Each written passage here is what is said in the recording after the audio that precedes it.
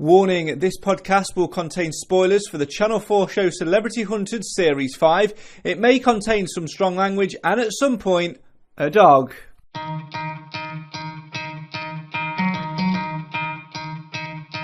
In 2022, 10 celebrities left behind their lives to go on the run in aid of Stand Up for Cancer. Their mission was to go undetected for 14 days against an elite team of hunters tracking their every move. Zoe's Floyd, surgeon reading for you, man. Yeah. Ah, bollocks. Bollocks, bollocks, bollocks. Wait out. Possible. We need to get out of here. I'm getting really paranoid right now. Let's see your time when the money's over.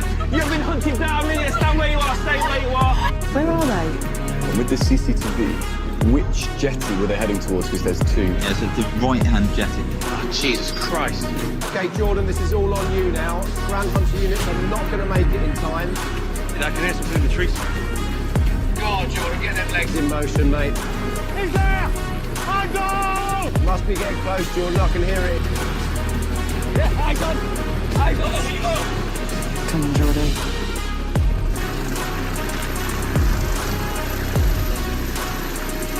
Bollocks. My name's Craig. And I'm Nat. Last year we discovered Hunted and are now obsessed. But like with every obsessive TV show we watch, we're left with unanswered questions. Like, did the show's producers have to claim on the insurance when BOBBY SEAGUll reversed the ambulance into a post? Does he always sleep naked in a stranger's house? 'Cause that's just weird. Whose idea was it to go to Nando's? And how many seconds away was he from extraction before he felt the cuddle of Mel? It's time to find out as we welcome Sir Seagull the Brave To the Hunted Podcast. Come on, horsey. Go. Could try to play, but you're never gonna beat me. Look the other way, what I'm doing ain't easy. Bloody hands stained from the people who deceive me. Muddy hands break through the chains, go free me. People like sheep move feet, hurt it easy. You don't wanna be fast asleep, only scheming. Better stand tall, ready for a fight, believe me. When they try the chains, you can say no, free me. Welcome back to the Hunted Podcast. Great to have you with us again. It's time to channel our inner hunter, isn't it? Looking forward to this one. Yeah, it's like an interrogation room. Oh, okay. You remember when they did it for a little while? Blexley did it, didn't When he? you tried to give people money? Yeah. Yeah. I mean, are you going to be good cop or I'm... Oh. I don't know. I feel like I want to play bad cop today. I've had a bad day. You go bad cop, I'll go good cop. Okay. I think you're a better good cop than me, to be fair, anyway. Right. We haven't got any money to offer, though, Nope. so apologies for that. But we might find some Nando's vouchers somewhere, which is very apt for our guest, isn't it? Very, very apt. It is, yeah. Shall we say hello to him? Let's. It's Bobby Seagull, a.k.a. Sir Seagull the Brave. I knew you'd get there eventually. Sir Seagull the Brave. He's got his own theme. Oh. He's got his own theme tune. I love it. Hi, Craig. Hi, Nat. Bobby, welcome to the Hunter Podcast. Thanks so much for joining us. And thanks as well for the last 6 weeks. We've obviously been interacting a lot on social media and things like that, which has been really, really fun. And we just wanted to sort of delve into those unanswered questions. Yeah. Mainly because we didn't see you until week I know, 4. like even my friends and family and my students like, "Sir, are you in the show?" And the one funny little thing, Craig and Nat, was when I went to Katia and Amy screening for week 5, someone from the public came up and said, "Oh, I'm so sorry you got caught on week 1." They just thought I was out. I hadn't been there. Saf and I were just like invisible for a few weeks. Just absolutely blinked and missed it. That's crazy. Absolutely crazy. Now, before we go anywhere else, we are filming this as well. Yeah. We need to explain because me and Bobby are wearing matching t-shirts. Oh, yeah. Why have you jumped on the Sorry Jordan hype? I love it. Because so my weekly, so the last 6 weeks, obviously on Tuesday night at 9 o'clock, I watch Hunted, and then on social media for a bit. And then the next day, I'm just like waiting for your drop of the podcast. I'm literally just like, come on, guys, refresh. And I'm like, where is it? And then so either on my way to school or when I'm cooking, cleaning, at the gym, I'm like, aha. And the theme song comes, I'm like, aha. I've got an hour where I can just delve into it and listen to like the UK's #1 fan podcast. Oh, that's so sweet. I mean, it's not the UK's #1 fan podcast. I'm calling it that. I'm calling it. You can put that on your tour title. On a tour title. God, you've got ambition. To be fair, if we did have a tour, you know what we'd have to call it? What? The Sorry Jordan Tour. Yes, you would. Yeah, We need an agent. you do. Bobby, how you fixed? Because you've already come up with a tour. So it'd be brilliant. Well, thanks for listening. We really appreciate that. Now, we're not going to say anything else about the Sorry Jordan t-shirt. All we'll say at the minute is that you've just jumped on the hype because you've enjoyed the Sorry Jordan banter. But we will say there is something special coming very, very soon. So stay tuned for that. Yes. Shall we delve into the start then? Shall we? Let's go. I think really what we want to find out first and foremost is how did you actually get involved with Celebrity Hunter? Because obviously it was filmed a year ago. It's been on telly over the last 6 weeks. So you've been sitting on it for quite a while. How did you first get involved? So Channel 4, about maybe just over a year ago, came and asked me out, do you want to do Hunted? I'm like, yeah, sounds cool. And to be honest, I was not a religious fan of the show. You know those programs that you watch and you know exists? I knew it existed. I knew the premise of the show. So I binged a few of the series and I thought, actually, yeah, this definitely sounds like the thing I want to do. And then I sort of was going through my Rolodex of people that I could want to be partnered with. And Saffron was pretty much right at the top of the list. And the reason is, so I can't just ask my mate from school because they have to be classified as someone in the public profile. So I had to go to my friends who are, I don't actually like the word celebrity. In my school, teachers have to use the word Mr. Seagull as profile. No, I don't know. I like that. That's good. High profile Hunted. That's what I like. That's my word. So the show that I did, which had the most number of celebrities, was The Real Dirty Dancing. So essentially, that was the pool of people that I could have got. And I knew that Saffron had done Strictly recently, so she's already in the mindset of taking part in a competitive event. But secondly, from doing Dirty Dancing, I knew that she's competitive and that she'd want to win. And I know that there's some people on the show where I did other sort of like Dirty Dancing who were like funny comedians. But I thought, if I want to do well, if I want to get far, again, you never know with Hunted. You might get caught on day one or day two if you're unlucky. But I thought Saffron, she's determined, she's focused. And we actually bonded over that. And one funny thing I'll tell you about how I first heard about Saffron was, so I was teaching in school a few years ago, maybe about 2018 or 19. And then one of my students had their phone out. And like, it's a no-no. You have your phone out, it's confiscation, detention. And they're watching a YouTube video. Yeah, oh, Craig, first warning. Okay. I'm used to that from a maths teacher. That's another story for later. So a student was watching a YouTube video. And I said, what are you doing? Phone out, detention, normal policy. And they're watching this Saffron Barker. I'm like, what are you watching? This, Sir Saffron Barker is such an inspiration. And I don't know who they're talking about. And then a few months or maybe a year later, she ended up on Strictly and ended up following her on Strictly. And then a couple of years after that, we ended up doing The Real Dirty Dancing together. And I remember once I told one of my students, I know Saffron. And my student started shaking and nearly fainted. Oh, wow. Because they're like literally obsessed by Saffron. That's so cool. Yeah. So I knew Saffron would be competitive. And when I enter things, even if I'm not like skilled or competent, I always want to go as far as I can. That's always my objective. Yeah. And obviously you mentioned the teaching stuff there. For those that don't know, because people might sort of think it's a little bit strange. Obviously, you've been on Celebrity Hunted, you've done The Real Dirty Dancing, you've got a Netflix thing out at the minute where you're looking for a partner and things like that, which we've sort of been watching in parts. Be honest, we've fast forwarded it through the other bits and just watched your bits. But we've sort of had a little look at it. Research, I think they call it. Yeah. Research, I like that. But obviously as well, you're a teacher by day. I know it's only sort of part-time now, isn't it? But tell us a little bit more about that, because that must be such a surreal thing for them to maybe have gone, I'm going to watch Celebrity Hunter with my parents, and then on Wednesday morning, I've got double maths with Mr. Seagull. Is that you? Are you the one that crashed the ambulance? Are you the one whose arse I saw it? Ambulance, no. Yeah, because so I actually my own career for the first 7 years I worked in the city in banking. So I was a trader at Lehman Brothers. If anyone's got memories from back from 2008, the bank that collapsed and caused lots of bad financial things. I worked as a trader there. Then I was a trader at a bank called Nomura. Then I was a chartered accountant. So my dad's very happy about that. So working in the city, but I had a sabbatical at PwC where I taught new graduates. So they're not children, but they're 21, 22. Yeah. And I love the teaching so much. I thought, actually, I reckon I could be good at this, like explaining ideas thing. So I changed careers at the age of 30, went to uni, back to uni as it were, to Cambridge to do my teacher training, my master's, starting my doctorate. And when I was doing my masters, I was actually head of department at the same time in a state school in London. So I was doing my masters. I went on a game show called University Challenge. Went viral on that for like enthusiasm plus knowledge. So my team, we lost to Wolfson College, Cambridge, and Eric Monkman, but we were very good friends, and the BBC loved our sort of like dynamic between the two of us. And we had like the likes of Stephen Fry, Louis Theroux, even Hacker the dog from CBBC tweeting about it. Went crazy. And then we were like on the One show, invited loads of programs, and then we had our own road trip show. And I sort of just continued with that. So I'm not a head of department anymore, but I still teach in a school. And I try to balance the two between having albeit part-time, a real job with real people, and then doing the sort of glitz and glamour. Although Hunted's not always glamorous, the glitz and glamour of the small screen. Yeah.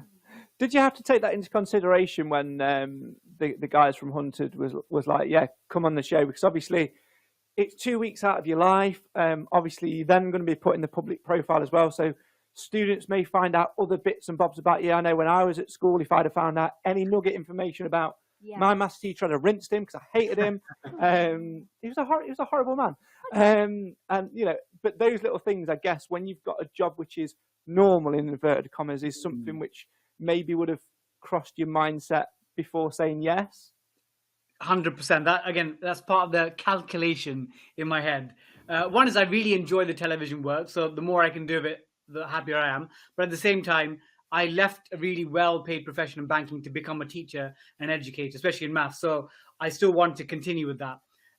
So the two thoughts that go in my head is, one is, whenever I do anything, as long as I can justify what I do to fellow staff members or the head teachers, they can pull me in a meeting and go, Mr. Seagull, have you put our school to disrepute? As long as I never do anything that personally that brings the school to disrepute, I'm happy to do it. So, and the school were willing to give me some time off, but it was a weird one where I didn't know how many days I'd be away for. They're like, oh, so when are you off? Yeah, I'm off on Wednesday. I might be back on Thursday, or I might be back 2 weeks later. I have no idea. Oh, was you ever tempted to say no when they put the offer out? Because you said you weren't a big fan of the show. You'd not really watched it. I never too much. watched it, but I know that thing is, I knew it existed. If I didn't know what the show was, like again, I'd seen trailers. So if I had no idea what the show was, I might have said I'm not sure. But I'd seen, again, I'll be honest. Sorry, Channel 4. I'm more of a BBC person. Even though I hosted a game show called The Answer Trap, one series on Channel 4. They used to double it up with Countdown. I am more of a BBC to BBC kind of person. But I watched I binged a couple of seasons, and I thought, that looks incredible. Like a real life game of cat and mouse. Again, as children, we all played hide and seek, and I thought, wow, I get to do that for 2 weeks. I was going to say get paid. You don't get paid. It's for cancer. But 2 weeks to do that away from the real world, I thought, I can't turn down this opportunity. Would you ever have done the normal one, the civilian series? Because obviously, like you said, you don't see yourself as a celebrity. You see yourself as, what was it you said earlier? Like the staff profile. Yeah. So, and we've had people on the normal series that have had a little bit of profile within their own sort of smaller field. Yeah. So, would you have ever been tempted to do the one where £100,000 was on the line? To be honest, I wish now I did that one first, because I could have got the 100 grand and then got the celebrity one a few years later. That would have been the right approach. So maybe it's a tactical mistake by me. I don't know. I think they maybe take it a little bit extra too seriously as well with the £100,000 because, Yeah, and it's longer. And there's another week on top of what you had. So. Oh, yeah, because I was thinking about it recently. I absolutely love the experience. And in fact, currently, I can't say who, but I've had some new people. So the new Celebrity Hunter is filming very soon. So they've selected the cast. Some of the cast members gave me a call last night and asking for my advice. And I said to them, I had an incredible experience, one of those sort of once in a lifetime experiences, but I would never do it again. Like never. No. Doesn't have like double charity money. I'm like, someone else can do it. So we've got you on the show. You've got your partner with Saffron. How quick were Shine to say perfect? Because obviously with her standing and her following, that appeals to the whole stepping out of the spotlight thing, because she's got these millions of followers and everything. Very so that must have been a real light bulb thing for them to go, actually, that's brilliant casting. Yeah, I think again, when you look at it on paper, Saffron and I are so different. Like, we're a different age generation. We're different public profiles. Like, I'm like a mathematician academic with BBC Two game show audiences. Saffron has a younger YouTube, Instagram audience. So I think combining the two together, maybe like, yeah, a stroke of genius. I'll take the credit for that, as I'm the one that said, oh, actually, Saffron would be a great partner for me. And I asked Saffron. Saffron is definitely up for it. Did you know who else was in it as well? Did they sort of dangle the hook a little bit? So to be honest, they didn't really tell us. They kept it very quiet. Although this is a behind the curtains sneak peek. I messaged one of my friends on the series, my series of Hunted, and said, I'm going to be away for a couple of weeks. I'm doing Celebrity Hunted, and she's like, no way, I'm doing it too. Can you guess which of the other? I'm going to say Amy or Katia. Nat, do you want to guess? Oh, Nicola. Is it Nicola? Nicola Thorpe. Yeah. It's actually Katia. So Katia and I were friends before, and I told her, and she's like, oh, and it actually did help, because it meant that both of us could sort of chat a little bit about strategy and our, like, even basically, what do you pack in a backpack? Wow. It's quite interesting to think that, because maybe you might have reached out to her if Amy, if Saffron had gone, I'm too busy, I can't fit it in, maybe she'd have been your next port of call. So it could have been. It genuinely could have been. How do you think that dynamic would have worked if you'd have been, instead of being with Saffron, if you'd have been with Katia? How would that have worked, do you think? I think the two of us were too loud together.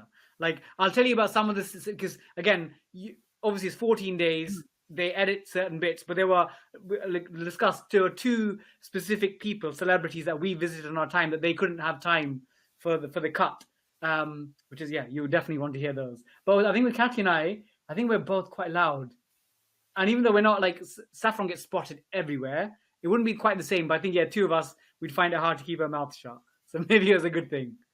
Yeah, absolutely. It's cool. Did you talk to Katia afterwards, once it had all finished? Did you two talk about your times on the run and share? Yeah, Nat, because one of the things is when you're on the run, you genuinely have no idea how anyone else is doing. And again, your cameraman, you're followed by three people. Someone that is the camera person, and then two people that are there to sort of record any interactions with the public and log it back, and then someone whose job is to sort of identify any CCTV cameras and replicate it if the hunters request a specific camera. So you're spending a lot of time with them, but you genuinely have no idea whether everyone's been caught or no one's been caught. Yeah. So you're just sort of playing it day by day. Yeah. Do they not tell you when someone else has been caught? Do they not tell you how many other people are left? So you have no idea by the time. Literally zero. Some, like, obviously you're like, surely someone's been caught by now, and they'll be like, maybe not. So they're like the teacher that can't tell you any information. Like, like in a school exam, like my maths teacher. Exam, and then the invigilators that come down, and you're like, can you say that question? All they can do is read out the question again. So if I ask one of the camera crew, has anyone been caught? They'll ask me, do you think anyone's been caught? You know what it is? It's the equivalent of Alex Horn on Taskmaster going, all the information's on the task. Yes, literally that. It is that. Oh. Yes. Shall we go to jail? Okay, let's go to. All right. We're not committing a crime. I don't want to go to jail. I don't want to go to jail. I mean, you did. When did you? I mean, for us, we've wanted it like a prison break for a while. We're big into escape rooms. We love that.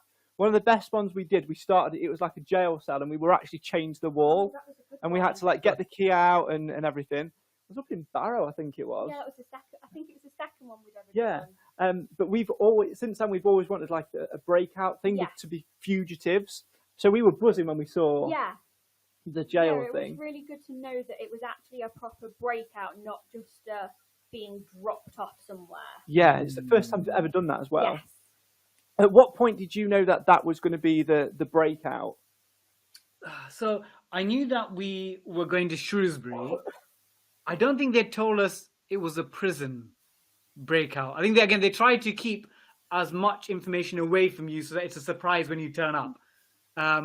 They did ask us for our clothing sizes, like jumper, trackies. So they're like, okay, why they working out our clothes sizes? So we're trying to speculate what it was, but I don't think I knew that it was a prison till we turned up, and then we're like, there we go, Shrewsbury Prison. So that was a surprise for us as much as it was to the audience. Now, how long were you in the prison for before they said, right, off you go, game is on? Because there was a clip on the show where James and Ed go to the Speakman's house, and they were saying that they'd spoken to them in the clink, as it were, and said, "Oh, you can go to our house if you want." So, how long were you banged up for? 2 hours?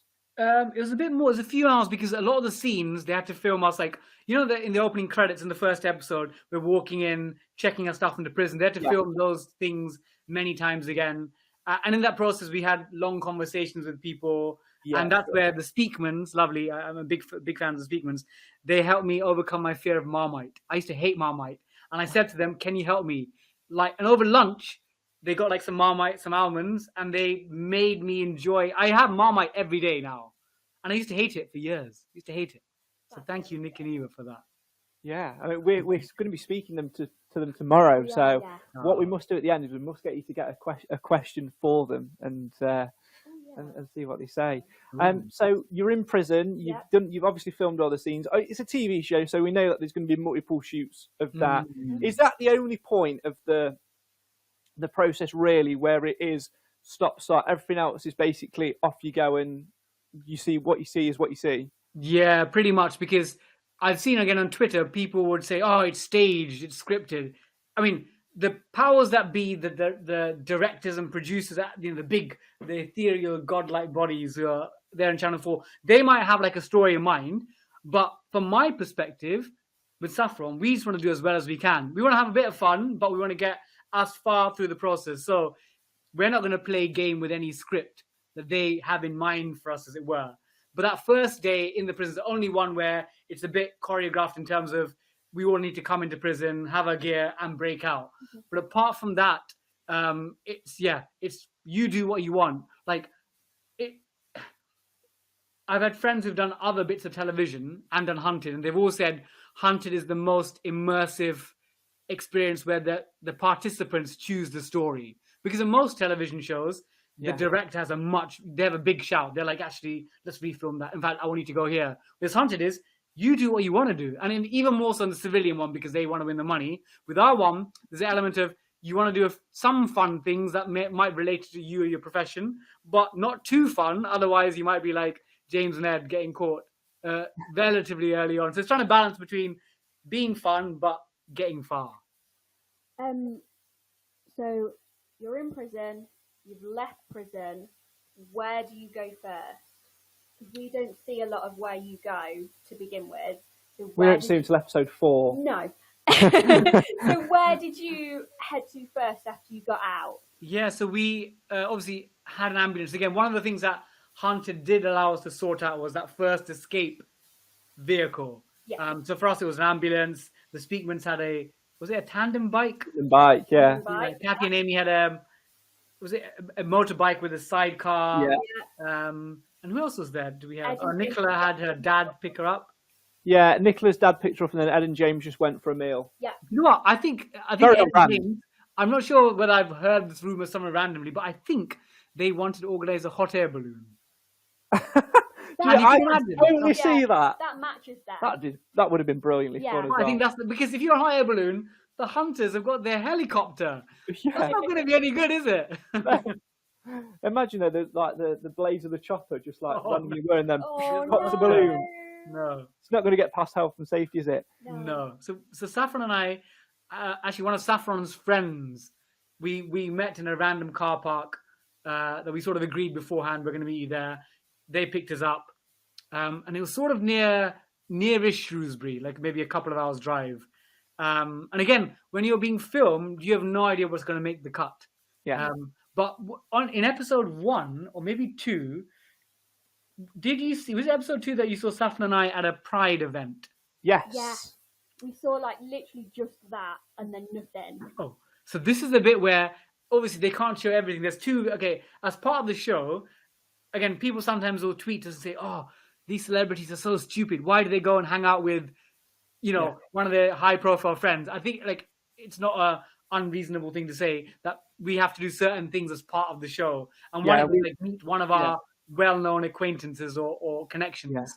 I mean, we've said this a number of times. We've had people on who've been on the actual show, and it's a game. There's money on the line in the civilian series, so there has to be certain rules. It has to balance it out. So, in fact, we've just started watching the Australian one, and it actually outlines that as part of the game. In the very first episode, it actually says they must try and trap the hunters. They must try and reach out to the friends. They must spend X amount of money and do this, this, and this. So maybe the UK version just needs to take on that and just hit that nail on the head and say, no, actually, these are the rules of the game, because that might help. That's really fascinating, yeah, especially if Australia does it. I'm sure they could do it in the UK. So what we did was, are you Bake Off fans at all?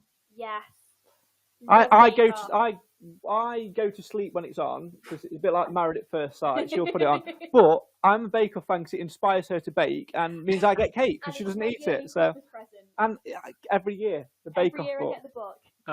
Remembers. Do you remember the Italian winner in 2021? Giuseppe. There we go, Giuseppe. So he's a friend of mine. I think, again, just through social media. And then I called him when I was on the run to say, Giuseppe, can I come and stay with you? So we went to stay with Giuseppe. And I think I did post this on my social saying, thank you, Giuseppe, for looking after us. Shame it didn't come out. So we stayed at Giuseppe. To be honest, we didn't stay overnight. Got a really lovely Italian lunch. Had a shower. So I think this is when we were on the run. And Saffron and I actually camped overnight at one stage, which didn't get shown. Probably because there's not too much to show, like apart from like putting the tent up. And Giuseppe made a tart, and on the tart it said "Lisa, you tart."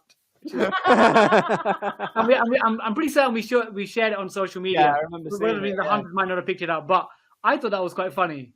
Funny. It's very funny. I love the humour.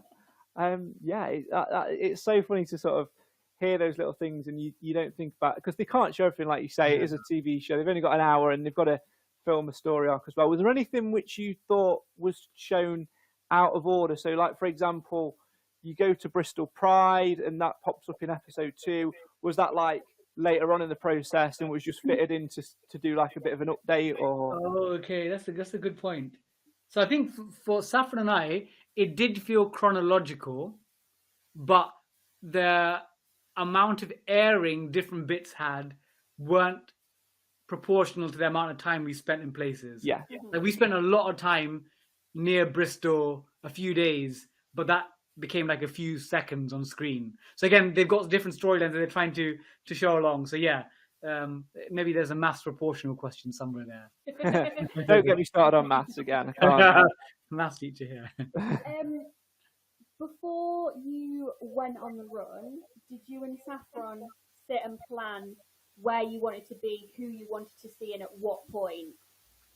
Yeah. So Nat, what our plan was, we looked through our contacts, people that were willing to be on the show, because obviously if a contact is going to support you, they can't not be on screen. They've got to be on screen. Yeah. And there are some people that want to help but don't want to be on screen, in which case they can't really be part of the process. So we went through our contacts list, looked at the major cities like London, Birmingham, Manchester, Glasgow. Mm-hmm. So we pretty much had contacts scattered everywhere. But then our general plan was just try and sort of just keep moving around the country. And by day 12 or 13, I think day 12, when you find out where extraction is, if we got to that stage, we wanted to be roughly near the middle of England. We sort of gambled that extraction wouldn't be in the north of Scotland or right down in southwest Cornwall. That's just guesswork. And we said, if we can stay roughly in the middle of the country, then we're positioned to go north or south. So we kept on trying to circle around that part of England. Yeah, we've always said that, haven't we? When we've thought about it, we always thought if you get to like the last few days, you want to try. I mean, we live East Midlands, so that's not a bad place. We'd probably look at coming home at that point, because it's a couple of hours to London, about 3 hours down to Cornwall. You've got a way to get everywhere. Like we're right near the M1. Yeah, we can get to a lot of places very easily from here. Yeah, I actually quite like that idea of because we've seen it. In fact, we saw it with the Speakmans, didn't we? They drifted a little bit far, and that's ultimately what got them caught, because I think they were in Wales. Yeah. somewhere around there. They were a bit too far away. Yeah. And obviously their plans got ruined by the weather. Yeah, because they were going to, I don't know if you know this, but they revealed it on their Instagram after. They were actually going to hire a helicopter or a private plane to get them from Wales to extraction point. But the weather it obviously prevented them from doing it. So they ended up having to get a taxi, which is how the HQ got onto them in the first place. That's right. I wasn't aware of that, actually. Yeah, it's quite interesting to think that. That actually brings us nicely onto the next point, because it was filmed July last year. Oh my God, it was baking. A few of the days were... because there, again, scenes that didn't make the cut. At some stage, Saffron and I were trying to just get a hitchhike, and we're just melting in the sun. We're like, please, someone help us. And again, normally, as part of the rules of the game, the Hunted producers, production team, they can't give you anything, any guidance, any food, any water. But that's the only time where they're like, do you need any water? Because it was, do you remember, it was like nearly 40 degrees. It was ridiculous. Yeah. Before we moved here, we've only been living here like 4 months. We lived on a masonette house on one floor where my dad still lives. So obviously heat risers, and there was glass windows at either end, and there was a corridor at the top of the stairs, which was just an absolute oven. Mm-hmm. I was out of work at the time and like trying to look for jobs, and I just could not motivate myself to move from my bed where the fan was, trying to keep the dog cool with his little bandana on. It was horrendous. It'd be interesting to actually see what happens in Civilian Hunters as well, because that was filmed straight after. Oh gosh, it would have been. It was still red hot. It was one of the hottest ones we've had for years. So I'm not surprised. I mean, it makes sense that the production crew sort of said, "Oh, do you need water?" That sort of thing, because they are actually responsible for you. They're responsible for your welfare. Because that's why there's been a few changes over the years as well. Like there was a capture. I don't know how much of it you've watched. We binged it last year, basically, which is why we know a lot, because we just wrote it all down and it's in there. Where do you actually have a notebook? Because in every episode of your podcast, you talk about your different ways of doing it. Someone does it thematically, someone does it chronologically. Who's it chronological? These are the hallowed books. I do it chronologically, so I go by what happened and when, and just put it down.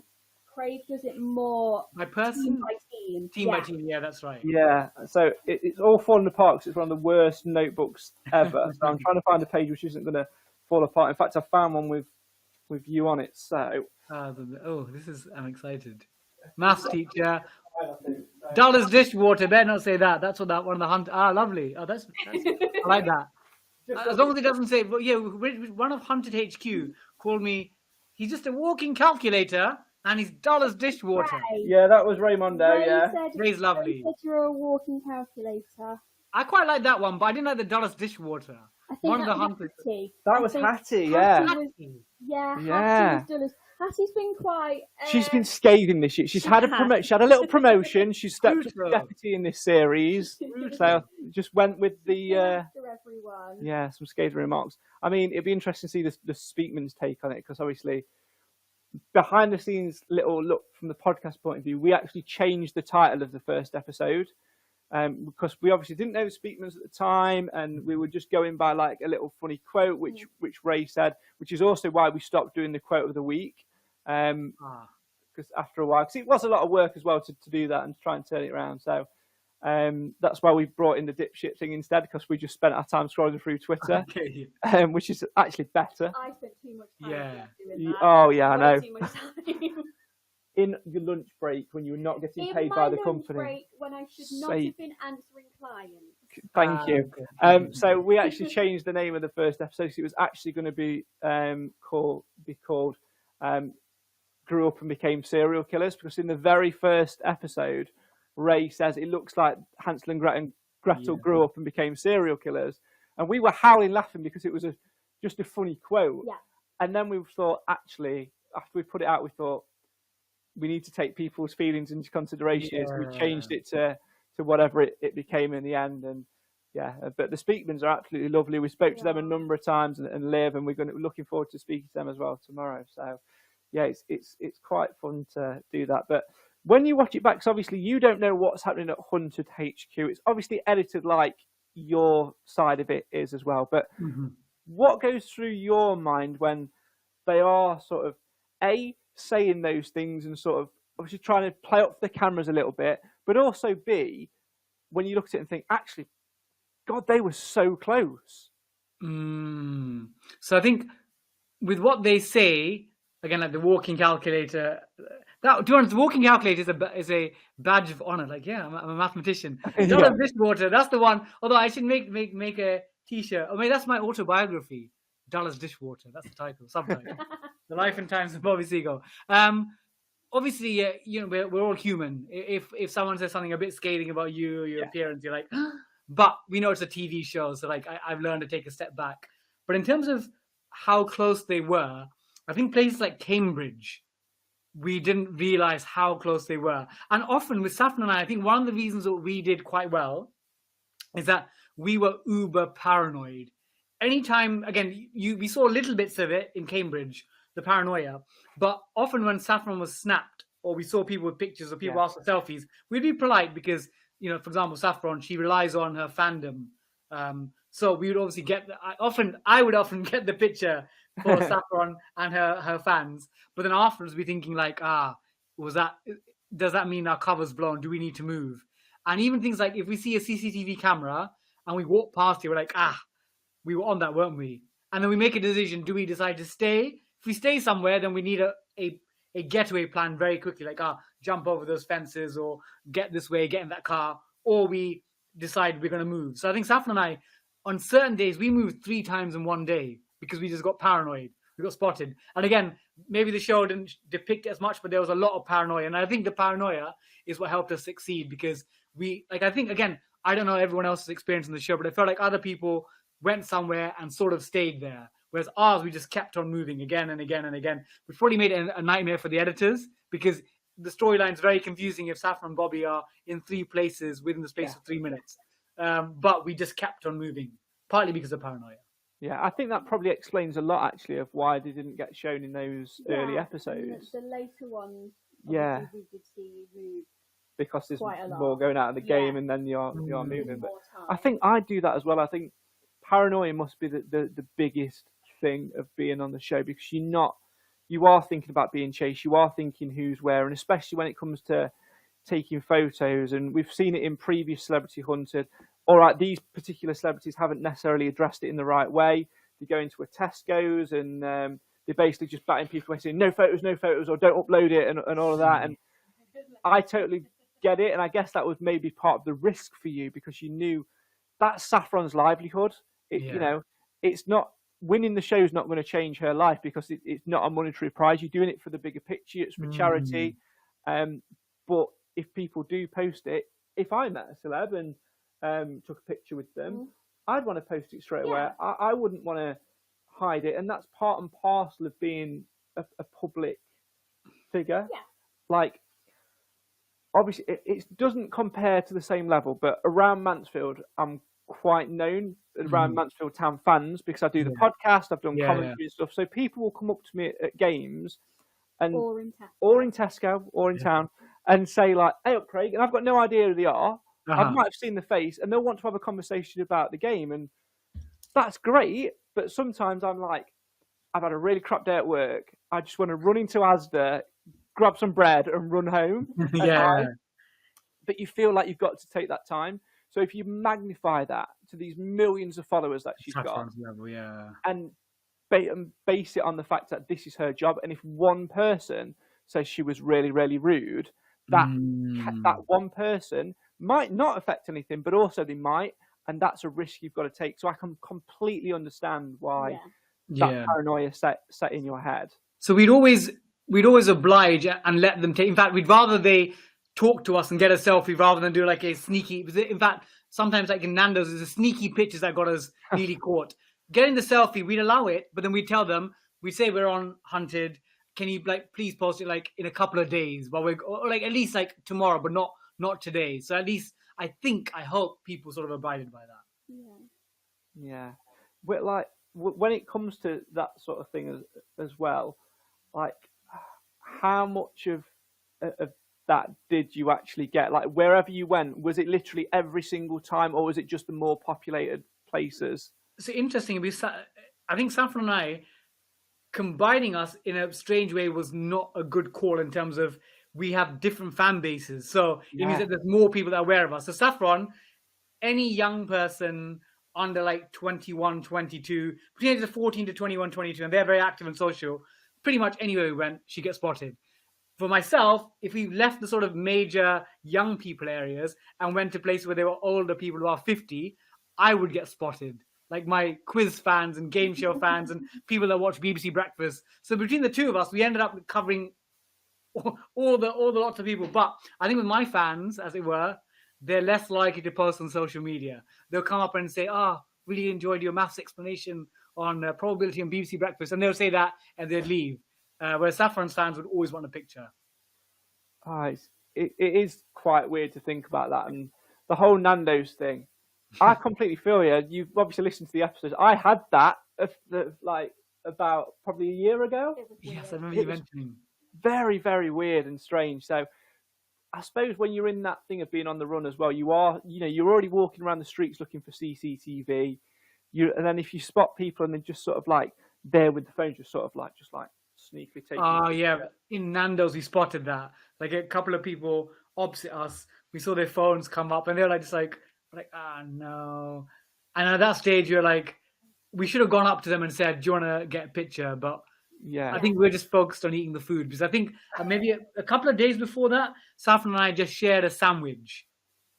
We had one sandwich between the two of us. That was terrible. So we were hungry. And again, money was tight at that stage. Hence, why my chip stealing. That was on the camera. I needed some food and I wanted to keep our budget down. That's a good point to talk about. So obviously, budget-wise, we know, like in Australian hunters, for example, they get given $500 and that's it. Whereas in the UK one, at times, it's varied.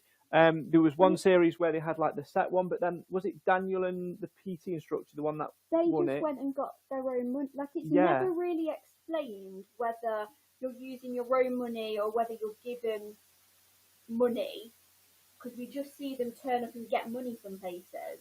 But I'm guessing with this, you talking about being low on budget and stuff, you couldn't just use your own bank card. The rules are everyone's given a small amount of cash, like £50, and a £50 cash card. The cash obviously is safe, but the cash card, unless you're trying to lure the hunters in, as soon as you use a cash card, they're coming through for you. You can borrow money of people along the way. Like I think the one that we saw in the series was Alison Hammond having 100 in each. And I think that's the maximum limit amount you can borrow. But again, this is all money that you're borrowing, so you have to pay it back. So as soon as, again, I've got my hunted bum bag. Is this the first? Have you looked in this since you've been on the show? No. So I've actually got, weirdly enough, in the corner of my room, I've got my backpack that I bought specifically for hunted with all my hunted stuff. I keep saying I'll pack it away, but it's not. And my bum bag. And inside it, here's some random things. Here have I got. I've got a catapult. I don't know why, but like if we were camping and they're like little critters or creatures, all for the hunters. It's different. Catapult. A travel spoon. Matching set. This is my bag. A torch. A night torch. Very important. A Swiss Army knife, just like in case we need to open like a tin of beans on the run. A compass, which we did use because we're trying to get north or west. We did use the compass, the actual compass. So I wouldn't know like how. I'd just get so confused because when you get it on your phone and you just like I'd be sat here now and be pointing like north, and I'd just move this way slightly, and then it'd move, and I'd be like. Yeah, I wouldn't be able to use it. I would snap it. I would throw it into the hedges. Oh yeah, so this was very, very helpful. And then I had a little notepad which I would note down addresses, contacts, even like I'd plan little maps, little routes. Awesome. Yeah. So this little notebook here, and also the money I borrowed of people, so I would remember to return it back. And have you? Yes. In the day after, because I used to work in banking, and if you don't honor your debts, the worst thing as a friend, when you borrowed money of someone or someone's borrowed money off you and you feel terrible reminding them, but they'll always remember. So like I made sure that as soon as I got back, I paid back people like Giuseppe and Verona and Johnny Ball. And one thing that didn't get shown is we plan again. We can discuss it. We planned a heist, a sort of forage on the hunters with Sean Wallace from The Chase. Yeah. And sabotaging the hunters. We chickened out in the last minute, but that was something that didn't get shown. We can't leave that there. You're going to have to tell us all about this plan with the Dark Destroyer. Yeah. So Sean's actually a friend of mine through quizzing. Yeah. I was going to do Celebrity Mastermind on England at World Cups, and I knew that he'd won the civilian, like the proper hard one. Yes. And football was his topic, proper hard, because I'll be honest, celebrity one, no disrespect to celebrities or the questions, but the celebrities aren't as quizzy as real people, and the questions are toned down in difficulty as well. Yeah. But I knew that Sean was an expert in football, so I got him to help me prep for that. So like he was one of my contacts in the RUM. So when we went to visit him, our plan was to lure the hunters in. So we were going to get Sean or someone to do a fake site reporting of Saffron and Bobby, which they did. And we were waiting in a house opposite, ready with maple syrup, eggs and flour. And we were going to go and actually destroy. Okay, not vandalize, because this show you can't break the law. Yeah. They've always said we can't like smash their windows. And tire letting, we know that Johnny Mercer done it before, so we wanted something more spectacular. So we got the maple syrup, got the flour, got the eggs all ready. But then we chickened out in the last minute because we thought, what if 2 hunter cars turn up? Because we saw the hunters go into Sean Wallace's house, but then what if there's another car parked up on either side of the road? We come out, we're caught, and we're like, we chickened out and we left and we abandoned it.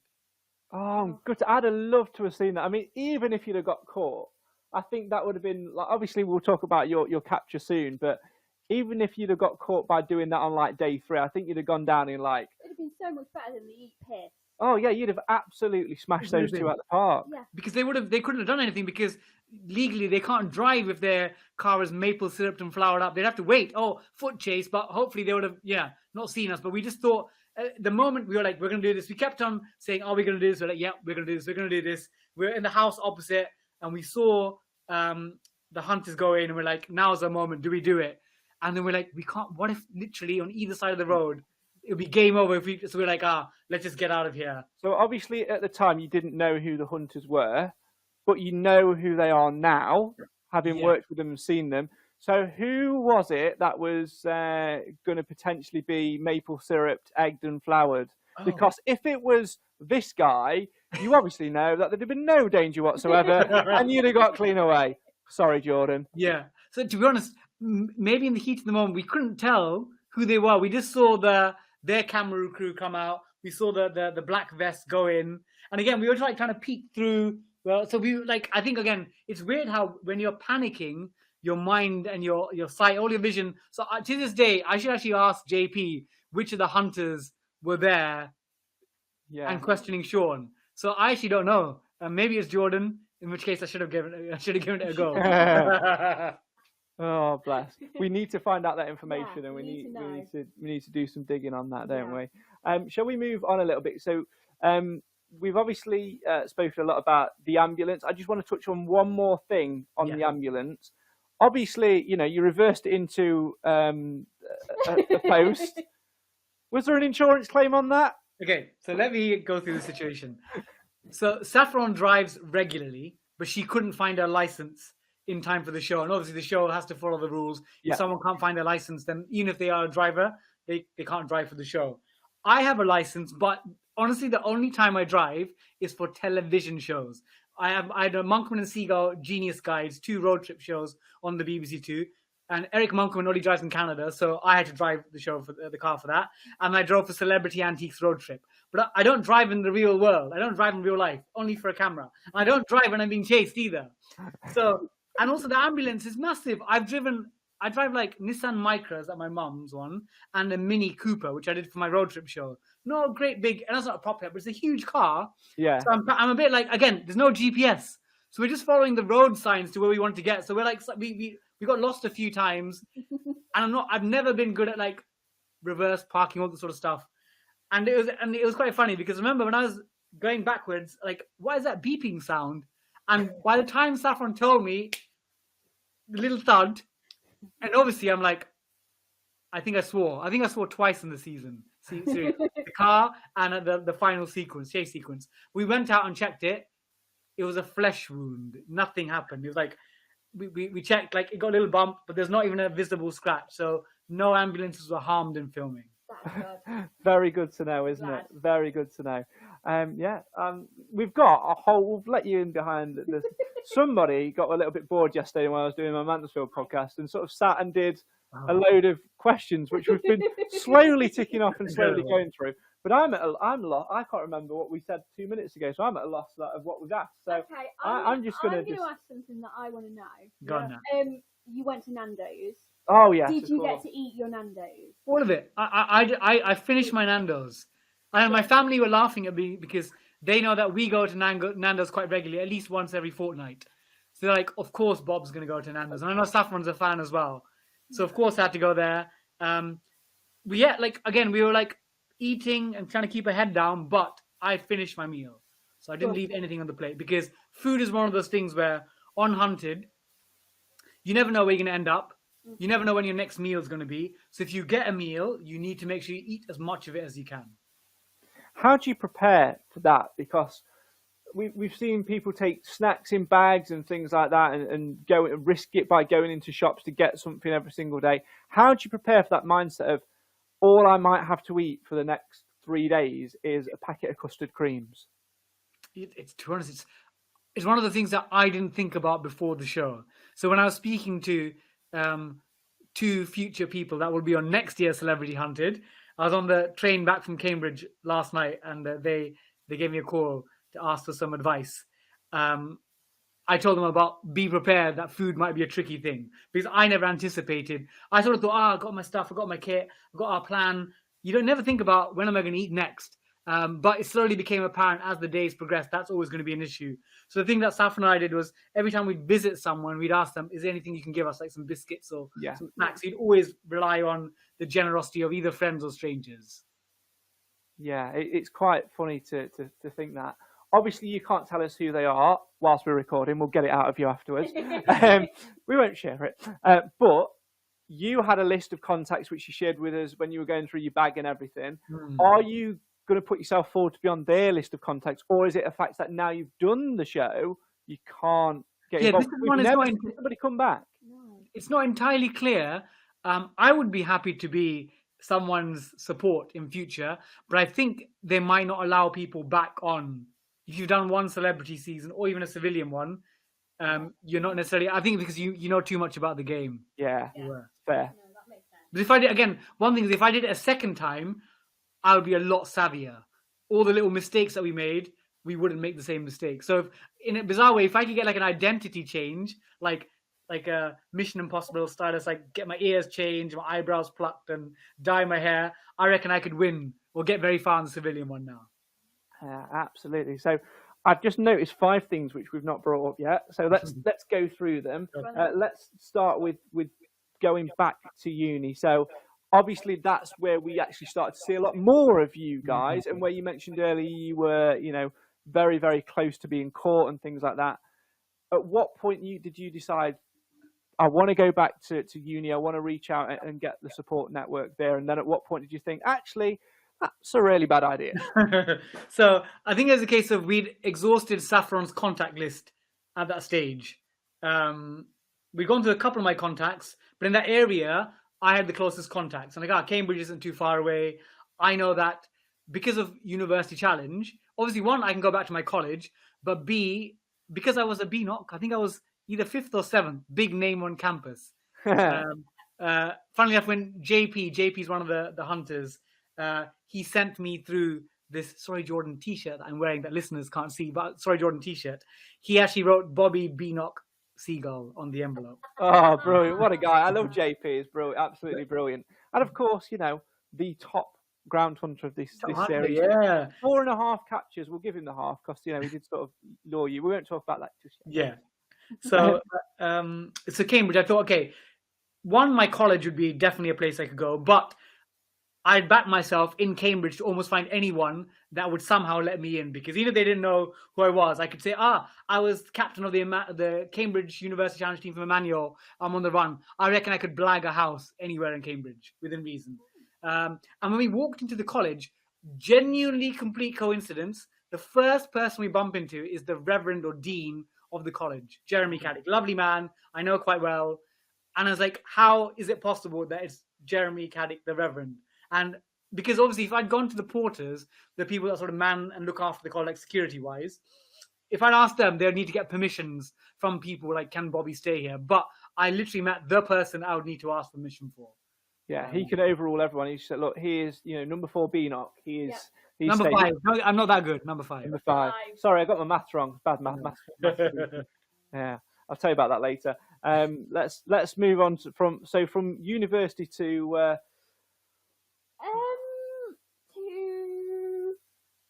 sleeping naked. Why on earth would you sleep with no clothes on in a stranger's house? Okay, I always shower before bed, so I'm always clean. That's just one thing. I always I'm a shower morning and night kind of person. And I never used to be. Again, it's one of the things where I thought in the privacy of my own bedroom, I would be fine. It's never going to be filmed, anything, because I'm now in a little safe zone. I shut the door. I actually read a book that night. I think a book about Ikigai, like a Japanese philosophy, by the bedside. I love reading. So I think I read for 2 hours. So I went to bed. I showered, very clean. But I didn't expect Saffron to come. It was night or the morning, but Saffron come maybe in the morning and just crept up and... Yeah, I mean, Saffron and I, we're like big brother, little sister sort of vibe. We get on really well. So we played little pranks on each other along the way. A lot of, poking fun at each other. Yeah. But that was unexpected. And the way I think about it is because obviously it's not good having bits exposed on TV. But I did not do anything. It was thrust upon me, as it were, the issue. So I'm innocent. Did she just strike lucky, or did she know that you? I think she struck lucky, because if it was a cold night, I would have worn boxers or a t-shirt. But I think it was, it's like again one of those boiling nights, absolutely baking. Yeah. So she got lucky, lucky or unlucky, depending on whatever you want to say. But yeah, it was a coincidence that she would have had no idea. I mean, we've not watched the end of the Netflix show, but maybe you should have showed those clips on the dates, and maybe that. I know they're gonna be like, Bobby's a bit more. The more adventurous. I've got an adventurous side. We'll go from adventurous to totes emotion, and that is, of course, the decision to split. The only pair that actually decided to split this year. Ed and James got split when they ran. Nicola and Nikesh obviously was split when they started because of the COVID situation, and then split again. But you made the conscious decision to split. Was that paranoia? Was that part of the game, or was there a little bit of word in your ear of you guys need to split now? Now, to be honest, like when we got to day 8, 9, 10, about 8, 9, we were thinking about we're really getting close to the end. We'd set ourselves little targets: get to 3 days, get to 5 days, get to halfway. And then once we got to halfway, we're like, actually, we could win this. And again, we had no idea how the other fugitives are doing. But at day 9, 10, from watching the show, we know that at that stage, at least 2, possibly 3 pairs of fugitives have been caught. And it did turn out to be that 3 pairs were caught by, I think, day 9 or 10, or day 11, rather. And we were thinking, if we want to win, if we stick together, we're getting lots of attention, because Saffron won for social media, me, my older fan base. We thought if one of us wants to win, between the two, if we want one of us to win, if we split and part ways, I think it might be my suggestion, if we part ways, we maximize the chance of one of us making it to the end. And maybe both of us meet at the end somehow on the same field. And funny enough, on the last morning, I think I hallucinated. I swear I saw Saffron on the field. Obviously I didn't. There were other people that I just imagined. And it was very tough, because you're so, in fact, I've never had an experience where you're so confined with someone for 9, 10, 11 days. And to be honest, not just Saffron, but the camera crew. So to be honest, I was quite upset at leaving my camera crew. Carl, lovely man. And in fact, I had allowed Saffron to, that kind of nice guy. I told Saffron that she could have our existing camera crew. So I picked up the camera crew of, I think, it might have been Ed and James. Yeah. They had Ed and James earlier on, and then they were sort of moving, and then they picked me up in the last few days. Did they give you any inside intel that Ed and James had been caught, or were you? No, they didn't. Have been caught. Thing is, I knew they were Ed and James's camera crew because we met all the camera crew of the different people on day one.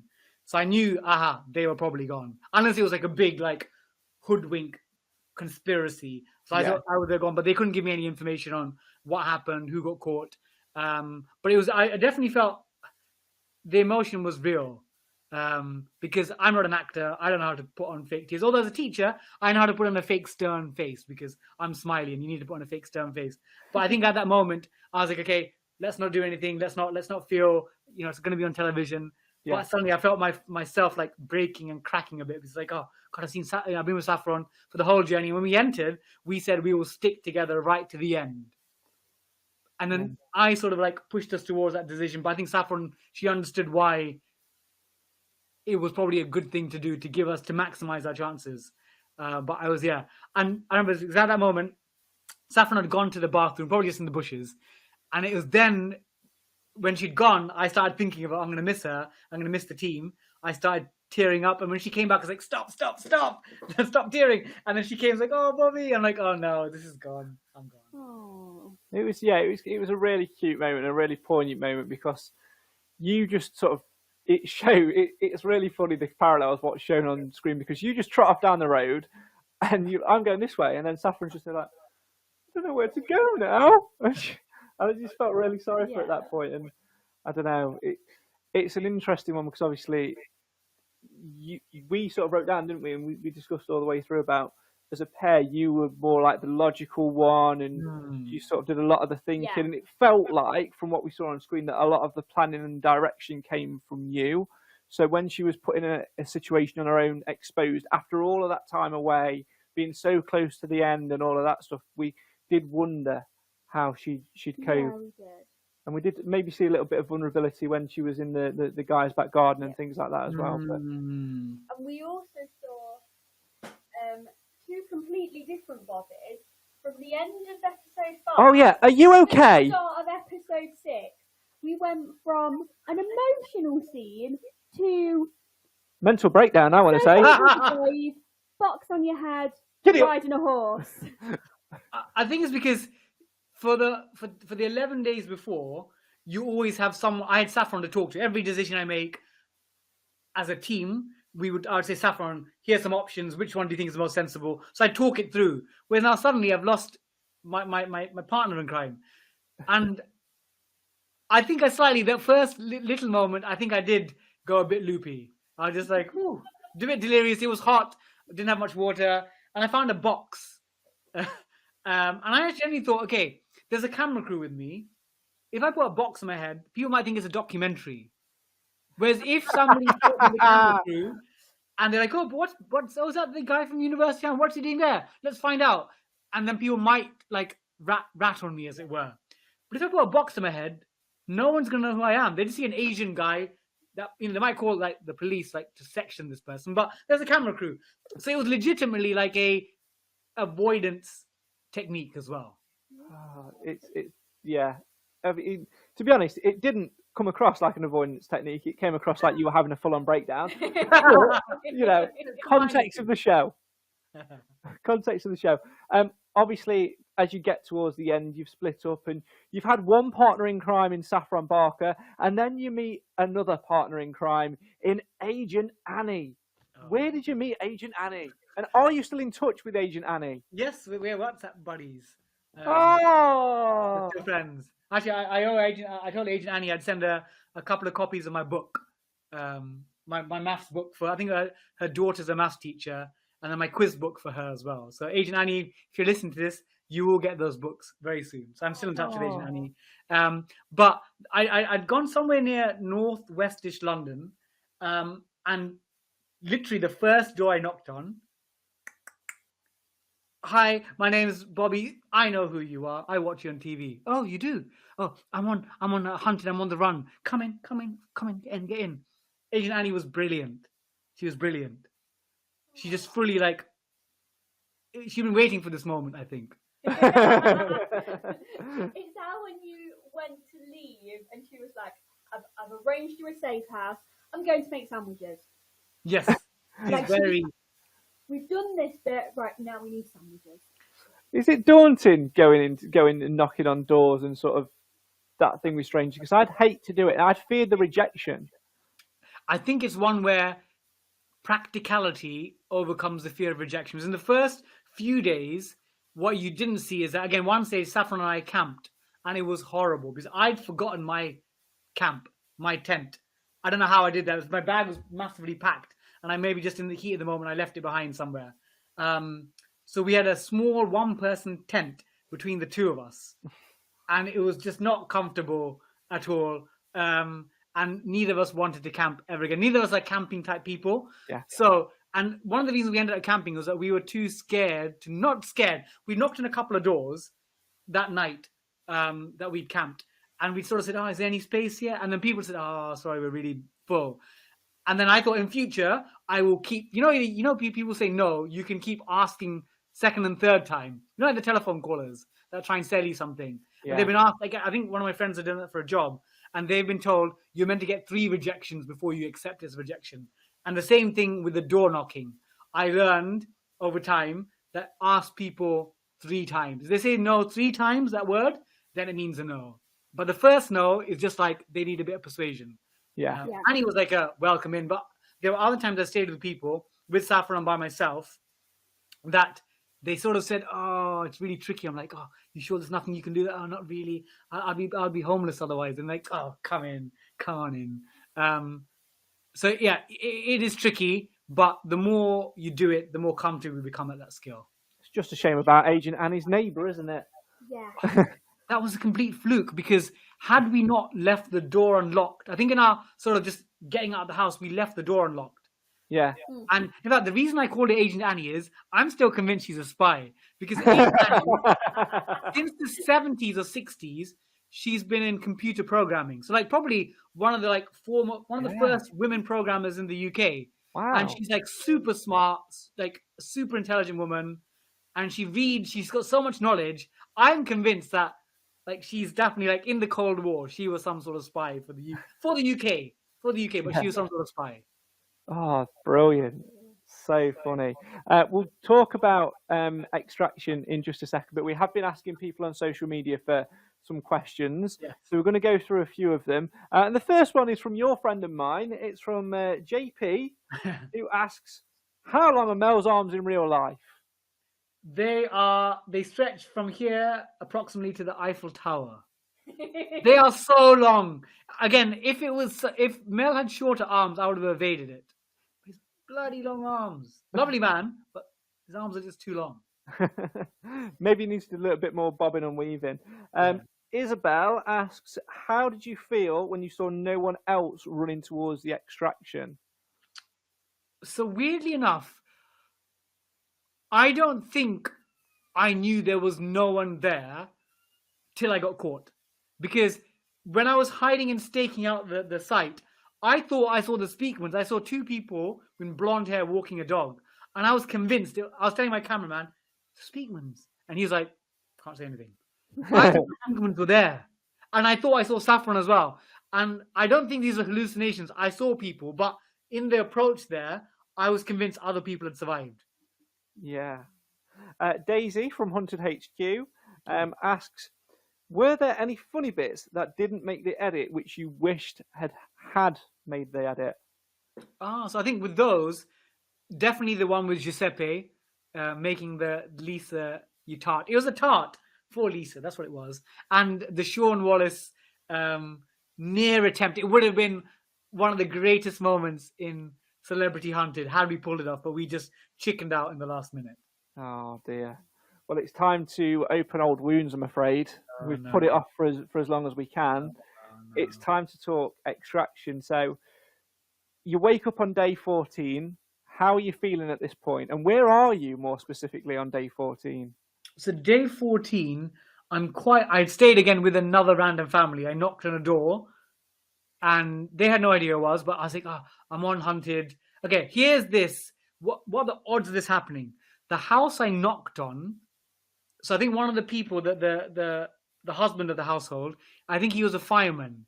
He said that the Speakmans, by complete coincidence, had contacted him a few days before to try and organize some sort of fire truck movement. Just literally, they didn't know him in real life. Just a complete coincidence. I'm going to ask them about this as well. So he thought this is a stitch up. This is a fix. I'm like, it's not a fix. I have no idea. I don't know how they contacted you. But he was like, this is not possible. This is not happening. Maybe which is why they didn't show it, because it would make it look like it's a scripted show. Yeah. If the same person is contacted twice by two different fugitives by complete coincidence. The first door I knocked on happened to be that house. So I stayed there overnight. It was only a few miles away from Headcorn Abbey, and the family organised to get me a lift near to Headcorn in the morning. But that morning, I think I was practicing my stretching, my crawling, and the dog. I think you saw one of the scenes. Yeah. I was practicing my crawling. The dog just came out of nowhere, like it came in the. Oh my god, what's it? And it came and licked my face for a bit, which is cute but annoying. Oh, so you wake up, you've gone to the point, so now you're hours away or whatever. How long are you waiting out? You've got your Sharpie on your face, your war paint, which must have taken about 4 days to come off, by the way. Yeah, it took a long time. So you've got your war paint on. How long are you waiting before you decide this is the moment? So we were told, or I was told, the plane would arrive in time for 1 o'clock on that day. So if you turn up earlier, you're exposed on the field, and you can get spotted by the helicopters, anything. Again, I didn't know where the hunters were, so strategically some people said, Bob, you should have left early and staked out the site. But if you're staying right on the site, if the hunters come by, they'll see you and just like literally block you from getting on the plane. Obviously, and I have no idea where the hunters are, so my plan was to leave as little a gap between 1 o'clock and myself leaving, so that it would be a straight run onto the plane. Again, when I saw the plane approaching, so about a few minutes before 1 o'clock, I'm like, okay, I'm gonna make a little jog towards it. When I saw the plane landing, I'm like, okay, now that's the moment to like jump over the fence, make a dash for it. But I couldn't see the hunters at that stage. I had no idea where they were. And again, well, for all I knew, that they could have been like a mile away. It could have been Jordan running like 100 meters behind me, but it wasn't that. Wow. And then obviously, you do start running across the field. At what point are you aware of JP, Mel, Jordan, and Shaz circling like almost like vulture seagulls? The type of seagulls you get at the seaside that spots your chips from a mile away and thinks, I'm having them. Yeah. So at first I saw no one, and then suddenly I see like a black T-shirt. In fact, the reason I wore all black on the final day was so that if the hunters did see me, they might think, oh, that's another hunter. It was meant to be a disguise or a decoy. Again, it wouldn't be a decoy for long, but that half a second confusion could have saved me. So I thought, wear a similar outfit to them. So I was running, and then I saw, again, at the time I didn't know, I saw JP. I'm like, and I think I swore. I think I said FC UK. As a teacher, again, my students, if you're listening to this, Mr. Seagull does not advocate swearing. This was an accidental heat of the moment. And that's when I was like, yeah, I swore twice. I swore ambulance reversing, and when I saw JP, I'm like, FC UK. I'm not advocating French Connection UK either. I'm not, or other acceptable products. I saw him, and I was like, oh no. And then at the corner of my eye, I could see Mel, and I sort of saw Shaz and Jordan jumping over. And I'm like, that's why people are wondering, why am I doing a weird run? Why not? Because there were some other hunters coming in another direction. So I was like, this is not looking good. But the thing is, I'm a good runner. I'm part of running clubs. I would back myself on a one-on-one with most hunters, just a straight race. But this, you had 14 days. I've been, on the road, emotionally and physically broken. I'd already run for a few minutes, and I had no idea where the hunters were running from. And I got past, sort of like angled my way from JP, and I was like, Mel is there. I can see the plane. I can see the other two running from behind, another direction. I reckon if I get past Mel, and in that moment, I'm like, I can see Mel, and I was trying to decide, do I go left or right? Do I dive down? And it was just all in the heat of the moment. And then suddenly I was trying to duck under his arm, and the long arm of the law came. Bosh. And I'm like, It's interesting this because, it's one of those rules which maybe need to be outlined because it was so narrow. At what point are you actually captured? Is it when they get a tag on, or is it when they say, Bobby, you have been hunted, your time on the run is over? So technically it is the second, when they have you in custody, but as part of the rules of the game, we're not allowed to resist arrest. Yeah. If you are, like in real life, if I was a real fugitive. Oh yeah. Not that I could do much to Mel anyway, like 6'4" and I'm 5'5", so I couldn't do anything. I couldn't do anything to Mel. But by the way, those rules of the game. Sorry to interrupt. Those rules of the game have been added in later because in the very first series, the very first capture in Mansfield, in our hometown, didn't go as smoothly as you saw, according to the two hunters that captured them. And there was certainly a few in the early series. You even see with that first capture that they are angry and trying to get away and telling them to stop touching them. Yeah. So that's obviously something that's been added in later on. I mean, it wasn't even 100 grand on the line in that series. It was more of a battle of power of the state. It was. I didn't realize that. That makes so much sense because we were told if you're tapped on the shoulder and told your time in the run is over, that is it. That's done for you. So as soon as you're pulled out, so when I was pulled down, in theory, I could have squirmed maybe, but no, I think that was. I generally thought, like, when I didn't see any hunters on the field for a second, and I was like, am I going to make a clear run to the plane? So for maybe 10 seconds, I thought I'm going to make it. Wow. How many seconds or minutes away were you? Did anyone tell you then? Because you don't have. I think sometimes you're allowed to watch, sometimes you're not. I always keep my stopwatch on me, so the plane pretty much left like 30 seconds after I got caught. So if I'd managed to evade Mel, but here's the problem, because the hunters had managed to work out the location pretty much the same time I was getting there, it was the odds were against me at that stage. It was very tricky. Yeah, it's a difficult one to sort of comprehend. I mean, we sort of made a little bit of a joke out of it, like 4 hunters plus -1 Bobby equals game over or whatever. Yeah. Little equation joke, math joke. But it is difficult. But you didn't know on the day how they found out you were there. Only this time last week. In fact, pretty much this time last week, we were recording the final episode. It's only this time last week where you would have found out that Eva let it slip. I actually had a chat with Eva, and again, Eva and Nick, they're both so lovely people. They will never intentionally do anything to jeopardize anyone else's chances. I think it's one of those things in the heat of the moment, and at that stage, I think they were caught maybe a couple of hours before extraction. And so in the last few days, they'd put up wanted posters, I think for Katya and Amy, but they've pulled it. They had posters of myself and Saffron, and they pulled the posters. So I think they might have assumed that we were caught at that stage. And with a couple of hours to go, they might have thought we're the last ones. They're really gutted. So I think it's one of those things in the heat of the moment. They said, but I think maybe the Speakmans might tell you later, I think the hunters had, using another source, potentially worked out that it's that site.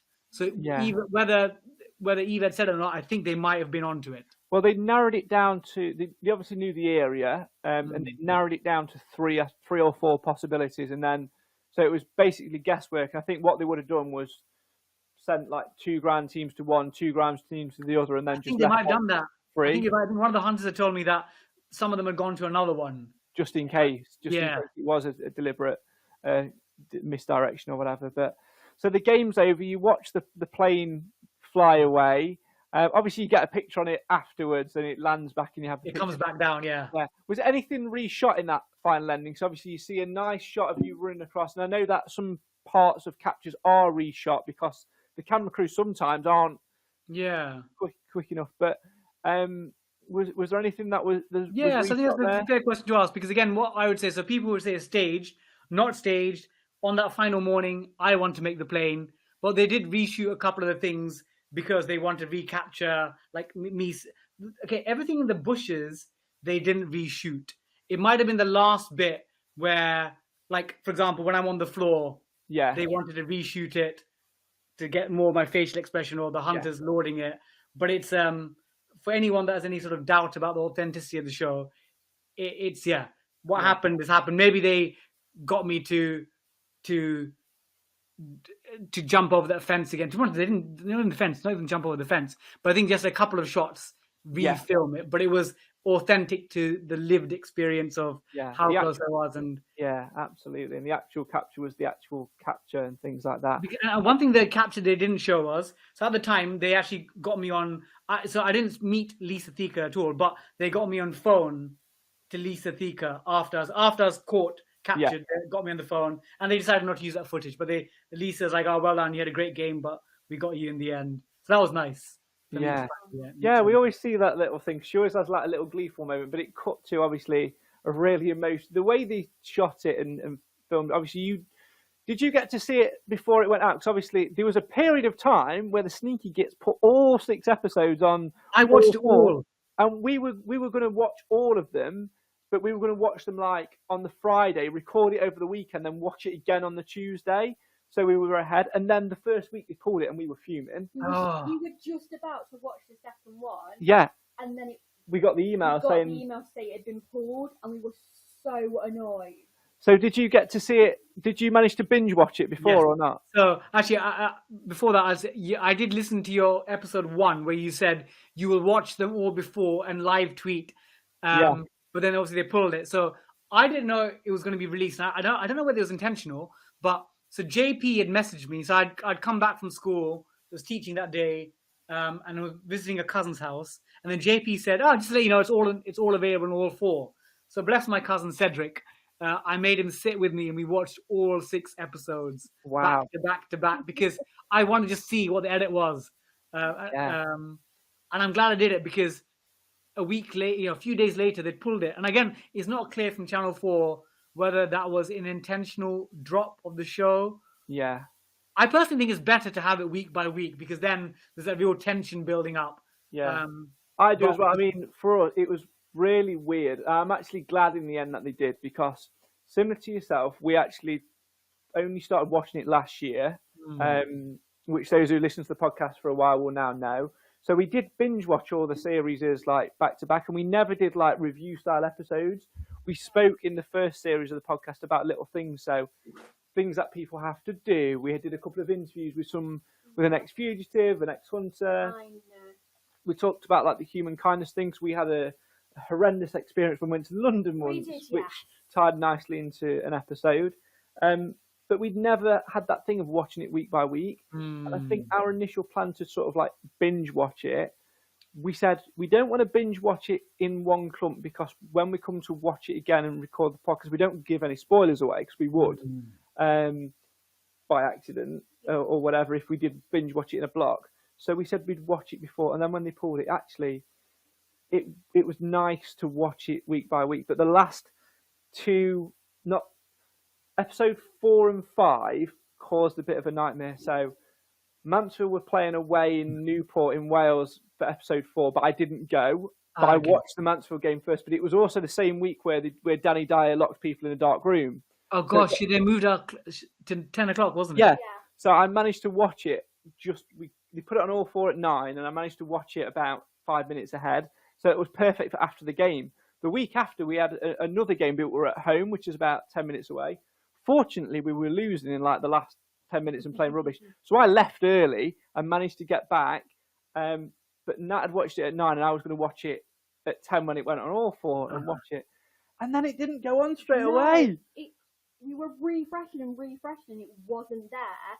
And we don't get Channel 4 plus 1 on No, we cheat. We just pay for Sky Stream because it's on our Sky. Cheap. Yeah. So we were sat there for ages like we can't do it, and we started to plan a video that we were going to record and started to record it, and just as Craig was scrolling down all 4 it appeared and it was just like it was one of the funniest things we've done, but it was like we never released the footage. I think we ended up deleting it, but it was so frustrating.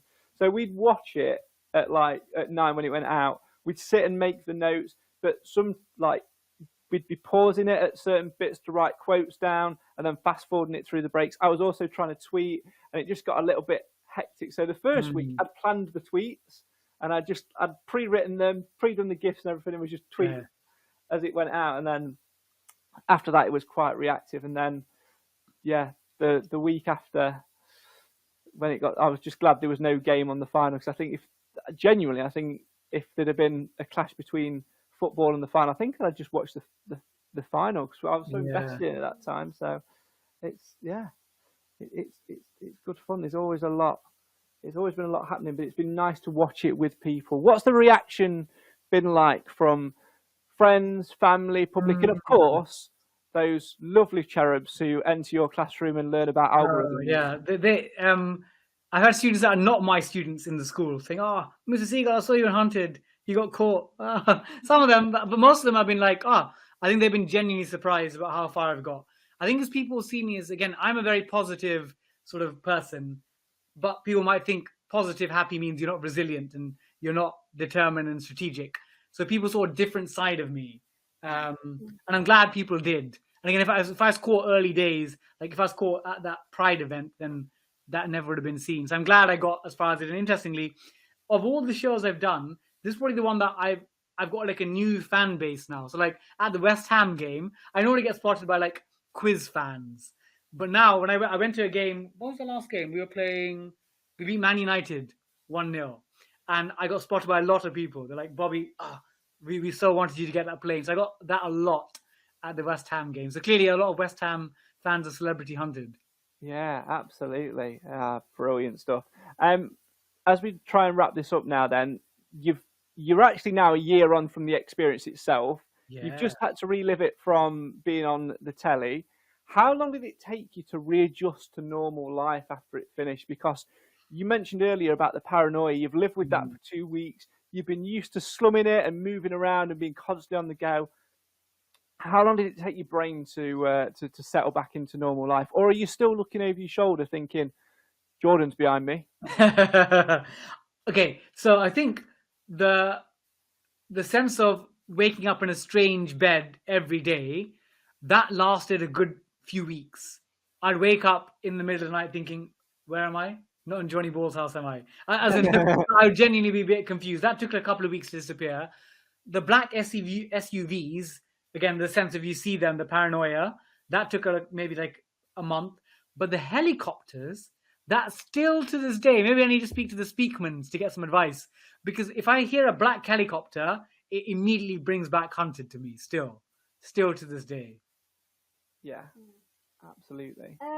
What would you say is your biggest regret from your time on the run? Oh, that's a really good question. Biggest regret. So if I'd got caught earlier, I would have said, I wish I'd planned something differently. But at no stage, our gambles, like going to visit Saffron Spence and Brighton family, visit my college in Cambridge, we escaped those. So I don't regret that. Maybe on that final run, I think I wish I'd gone a bit closer to where again, I didn't know exactly where the plane would land. If I'd gone a bit closer and sort of hid myself, maybe wearing green, I don't know what it is, like get a piece of cloth, cover myself, and therefore give myself a shorter sprint. So I think because I had quite a long run, a few minutes, I think that worn me down. Because I got past JP, but I didn't have much energy left to dart past Mel. So maybe that's my regret, really. I just wish I'd maybe gone a bit closer to where the plane would land, so I could have given it a proper sprint.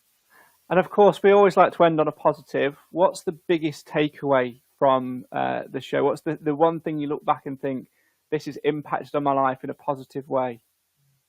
I think I actually mentioned this in the final scene where I'm now put in the car, I'm driving away. I know that I've always been a positive, happy person, but I've never been able to test my resilience in a really unusual circumstance. So I think it's just showing people, and myself more importantly, that there is steel under the seagull. That's what I think it's showing me. Like, I know that in future situations when, like, I know it's a game, I know it's a television show, but when you're in that situation, you're giving it your all. I know that I've got reserves that I can call upon. Fantastic. Well, we always end on one question, which usually, what is your favourite biscuit? But we know that because you revealed that on your Netflix show, yeah. Custard cream, wasn't it? Yes, custard cream. But I've got a different question this week. You know favourite, but what's your least favourite biscuit? Oh, actually, do you know what? Ginger snaps annoy me. Okay. Why? What? I'll tell you why, because I feel as if, biscuits normally have like a crumbly, they crumble. Yeah. Ginger snaps, they're not, they're just like, they're offensive weapons. Offensive weapons, sorry. If anyone's a ginger nut fan, sorry, Prince Harry, but I'm not a fan of ginger nuts. Thanks, I thought we were getting really... I realised that. As soon as I was saying, I'm like, you might be ginger as well, Craig. Awkward, yeah. No, not at all. Bobby, it's been absolutely brilliant having you on. Finally, before we do let you go and enjoy the rest of your night, what one piece of advice, well, two things. Firstly, what one piece of advice would you give to the next lot of fugitives? So to the next lot of fugitives is be prepared to move multiple times in a day, because that makes it hard for the hunters to get on your trail, because they'll eventually get on your trail somehow, but if you move 2 or 3 times, every time they go to one place, then they need to rebuild their case on where you might end up. So keep moving. And secondly, look straight down the barrel of your camera. What's your message to the hunters? So hunters, I never underestimated you. I always thought you were good. But actually, you're even better than I thought you'd be. Oh, always kind to the end, isn't he? Yeah, I'm going to have to give him PTSD now. Trigger warning time, Bobby, I'm afraid. It's time for us to say goodbye. Yeah. As always, if you've enjoyed listening to this, we'll have the Speakmans on next week. We will. Looking forward to that. Oh, I've nearly forgot, actually. Yeah. Question for the Speakmans. Oh, Speakmans. I'm not going to ask what you wish you had done differently. Obviously, we saw them visit Alison Hammond. Which other celebrity would they have visited, or had they visited, that we didn't see? That's a good one. Good one. So we'll have the Speakmans on. We'll speak to them literally in like 24 hours, but you'll listen to the Speakmans in a week's time, because we like to stretch things out. In the meantime, if you want to get involved, it is @HuntedPod on Twitter, @HuntedPod on Instagram, Facebook is HuntedPod, or email huntedpod@outlook.com. BT Dubs, that's actually working now. It is. And I'm going to say it again. Please, if you email us, say something. Tell us a little fact. Ask a question. Something, don't just say hi. Yes, please engage in conversation. For now, though, that's all we've got time for. Bobby, unfortunately, your time on the pod is over for a second time. You have been hunted. Thanks for joining us. Thank you. This is DC-3 military aircraft inbound from the east. We're 5 minutes out. Plane's going to take off in just over 5 minutes. The plan gets to cut across the field 100 meters, get to the hideaway, but use it as just a stopping point, just dash across to the planes. It's going to be engagement. Got to be ready for that. He could still get to that aircraft before we manage to grab him. As soon as he raises his head, it's game on. They need to take him out. Team Bravo now on the airfield. There's one military green aircraft at the top of the runway, over. Circling overhead now. No sign of the fugitive. Bobby's in sight. Eyes up. There he is. There we go. There he is. Come on, Kim. Mel. Kim. Mel. Oh, he's going to make it. He's going to make it. Get hold of him. Bobby Seagull. There's someone running over. You've been hunted. Bobby Seagull. There's someone running over.